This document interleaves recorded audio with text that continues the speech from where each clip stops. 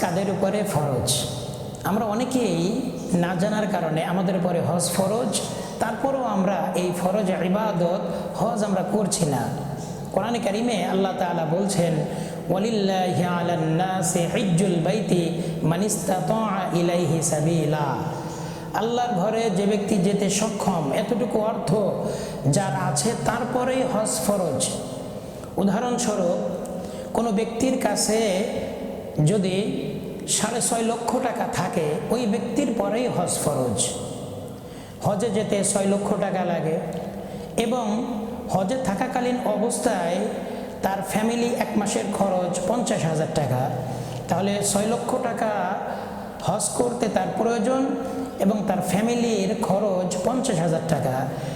এই 6,50,000 টাকা থাকলেই ওই ব্যক্তির পরে হজ ফরজ হয়ে যাচ্ছে।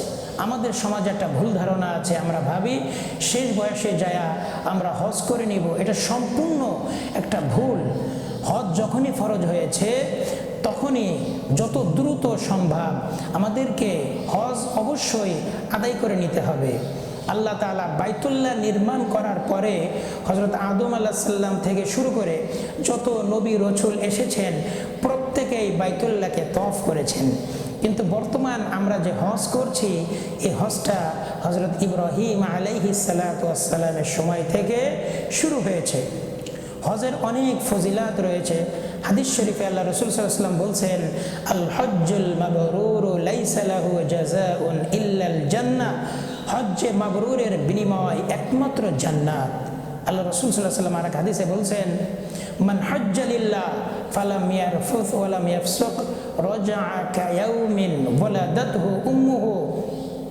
যে ব্যক্তি হজ পালন করে, হজের ভিতরে কোনো অন্যায়, কোনো অশ্লীলতা করে না, ওই ব্যক্তি যখন হজ থেকে ফিরে আসে সে একেবারে নিষ্পাপ মাসুম অবস্থায় সে ফিরে আসে।